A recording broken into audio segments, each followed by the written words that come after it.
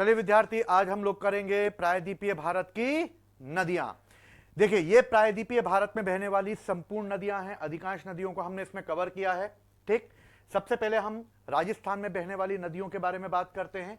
राजस्थान में शिमला से एक नदी निकलती है जिसका नाम है घग्गर नदी। ये घग्गर नदी जो है वो राजस्थान के मरुस्थल में आकर विलीन हो जाती है। इसके बाद लूनी नदी है जो कि अरावली की पहाड़ियों से निकलती है और कच्छ के रण में आकर विलीन हो जाती है। इसके अलावा बनास नदी, सरस्वती नदी और रूपेन नदी, ये सभी नदियां आकर कच्छ के रण के पास आकर विलीन हो जाती हैं और समुद्र से इनका संगम नहीं हो पाता। इसके अलावा साबरमती नदी जो है वो उदयपुर के पास जय समुद्र झील से निकलती है और साबरमती जो है वो खंबात की खाड़ी में आकर गिर जाती है। यहीं पर गुजरात का शहर अहमदाबाद बसा हुआ है साबरमती नदी पर। इसके अलावा मध्य प्रदेश के विंध्याचल से एक नदी निकलती है जिसका नाम माही नदी है। यह भी खंबात की खाड़ी में गिरती है और माही नदी की विशेषता है कि इसे टॉपिक ऑफ कैंसर को ये 2 बार काटती है, यानी कर्क रेखा को 2 बार काटती है। नर्मदा नदी ये अमरकंटक से निकलती है। इसकी टोटल लेंथ 1312 किलोमीटर है। मध्य प्रदेश में इसका कुल लेंथ जो है वो 1077 किलोमीटर है।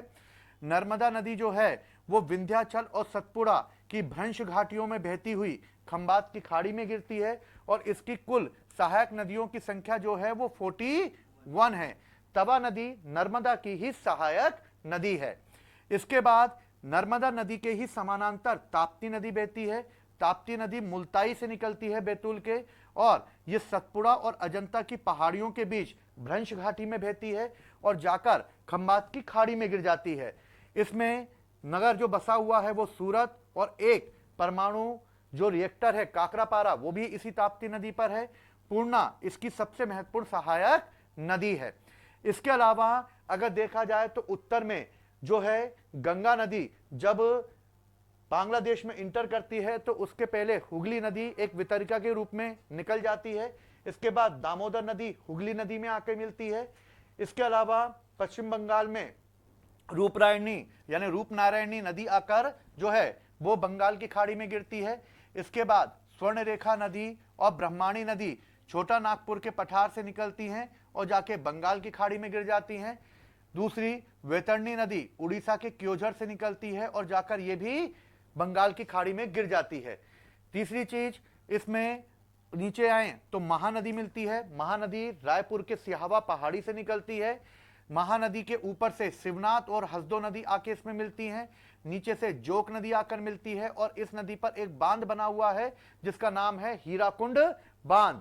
और इस हीराकुंड बांध के बाद जब ये खंबात की मतलब बंगाल की खाड़ी में गिरती है तो इस पर एक शहर बसा हुआ है जिसका नाम है कटक। अब इसके बाद हम बात करते हैं गोदावरी रिवर की। गोदावरी रिवर को की कुल लंबाई 1495 किलोमीटर है। इसका उद्गम तंबकेश्वर की पहाड़ियों से होता है।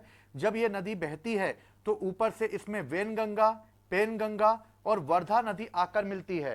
पेनगंगा और वर्धा के संगम को प्राणहिता कहा जाता है और प्राणहिता के रूप में यह गोदावरी में आके मिलती है। गोदावरी नदी की एक और सहायक नदी है जिसका नाम है इंद्रावती। ये छत्तीसगढ़ में बहती हुई जो है गोदावरी में मिलती है। इंद्रावती पर ही चित्रकूट वाटरफॉल बना हुआ है जिसे भारत का नियाग्रा फॉल्स कहते हैं। इसके बाद ये नदी आगे बढ़ती है और नीचे से एक और नदी मंजिरा आकर मिलती है जहां पर निजाम सागर और हैदराबाद शहर बसा हुआ है। गोदावरी नदी को दक्षिणी गंगा, बूढ़ी गंगा और बृहद गंगा कहा जाता है। याद रखना, दक्षिण भारत की गंगा कावेरी को कहते हैं। यह पुरानी नदी है इसलिए इसे दक्षिणी गंगा, बूढ़ी है इसलिए बूढ़ी गंगा क्योंकि पहले हो चुका है इसका निर्माण, और बृहद गंगा क्योंकि यह बड़ी है भारत की, यानी दक्षिण भारत की सबसे लंबी नदी गोदावरी नदी है। इसके बाद कृष्णा नदी ये महाबलेश्वर से निकलती है। कृष्णा नदी की कुल लंबाई 1400 किलोमीटर है। इसके ऊपर से भीमा नदी आके मिलती है और नीचे से घाट प्रभा और माल प्रभा मिलती है। इसके बाद तुंगभद्रा नदी तुंग और भद्रा के नाम से निकलकर जब मिलती है तो तुंगभद्रा बनती है और जाकर कृष्णा में मिल जाती है। इसके अलावा अगर देखा जाए तो यहां पर इसके बाद जो नदी बहती है कृष्णा के बाद वो पेन्नार नदी है और पेन्नार नदी भी जाकर बंगाल की खाड़ी में गिरती है। पेन्नार नदी के नीचे कावेरी नदी है। इसकी कुल लंबाई 800 किलोमीटर है और ये ब्रह्मगिरी से निकलती है कर्नाटक के। इसमें ऊपर से हेरंगी, हेमावर्ती और लोकपावनी नदियां आकर मिलती हैं।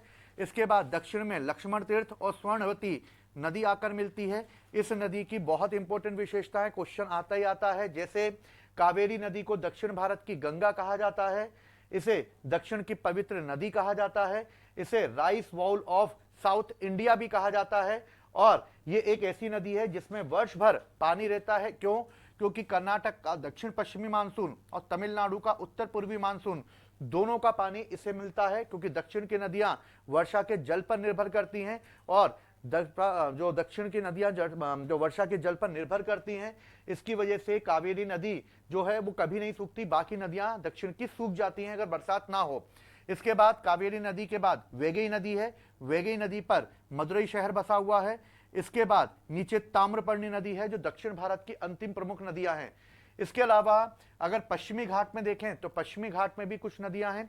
पश्चिमी घाट की नदियों की अगर बात की जाए तो गोवा में मांडवी और जुआरी नदी है। मांडवी पर ही गोवा की कैपिटल पणजी बसा हुआ है और मांडवी को ही केरल की गोवा की जीवन रेखा कहा जाता है। गोवा की सबसे लंबी नदी जुआरी नदी है। इसके बाद कर्नाटक में शरावती नदी है। शरावती नदी पर ही जोग गरसोप्पा या महात्मा गांधी जो है वाटरफॉल बना हुआ है। इसके बाद हम आते हैं वेस्टर्न घाट में, तो केरल में पेरियार नदी है। पेरियार नदी को केरल की जीवन रेखा कहा जाता है। फिर भरतपुजा है जो केरल की सबसे लंबी नदी है। भरतपुजा में ही एक और नदी आके मिलती है, कुंती नदी, और कुंती नदी पर ही साइलेंट वैली यानी मौन घाटी स्थित है। पश्चिमी घाट की नदियों की अपनी एक विशेषता है कि पश्चिमी घाट की नदियां जो हैं वो एस्चुरी बनाती हैं। एस्चुरी यानी कि डायरेक्ट जाकर ये समुद्र में मिल जाती हैं, यानी डेल्टा का निर्माण नहीं करती हैं। इस एस्चुरी को ही ज्वारद मुखी डेल्टा भी कहा जाता है। और इस तरह देखा जाए तो ज्वारदमुखी डेल्टा के रूप में इसे जाना जाता है जब नदियां डायरेक्ट जाके समुद्र में मिल जाती हैं। और वेस्टर्न घाट की ये नदियां और नर्मदा और ताप्ती नदियां एस्चुरी का निर्माण करती हैं, यानी कि ज्वारदमुखी डेल्टा का निर्माण करती हैं। और इस तरह ये दक्षिण भारत की नदियां बनती हैं। ठीक, तो आशा करता हूं आप लोगों को समझ में आया होगा। जय हिंद, जय भारत।